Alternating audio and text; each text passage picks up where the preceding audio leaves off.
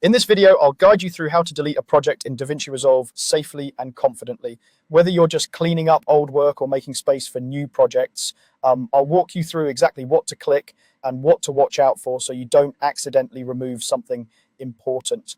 Let's start inside DaVinci Resolve. With the program open, the first thing you'll want to do is go to the project manager.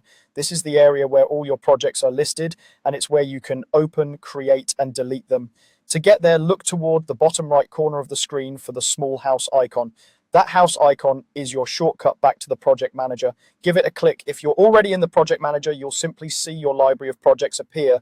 Once the project manager is open, take a moment to locate the project you want to delete. You'll see your projects displayed as thumbnails or tiles, each one usually showing the project name underneath. If you have a lot of projects, it can help to quickly scan the names or sort them in a way that makes sense for you.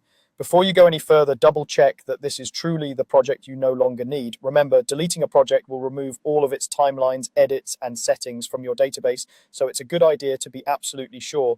When you've identified the correct project thumbnail, move your mouse over it and right-click. A small context menu will appear, giving you several options for managing that project. This is the same menu you might use to rename or duplicate a project, but in this case, you're interested in removing it completely. From that menu, select the option labeled Delete. As soon as you click Delete, DaVinci Resolve will not immediately erase the project. Instead, it will show you a confirmation prompt. This extra step is there to help prevent accidental deletions, especially when you're moving quickly or working with many similar project names. When the confirmation message appears, take one more moment to read it and verify that the project name shown is the one you intend to remove. If you suddenly realize it's the wrong project, you can simply cancel and nothing will be changed. If everything looks correct and you're sure you want to proceed, go ahead and confirm the deletion.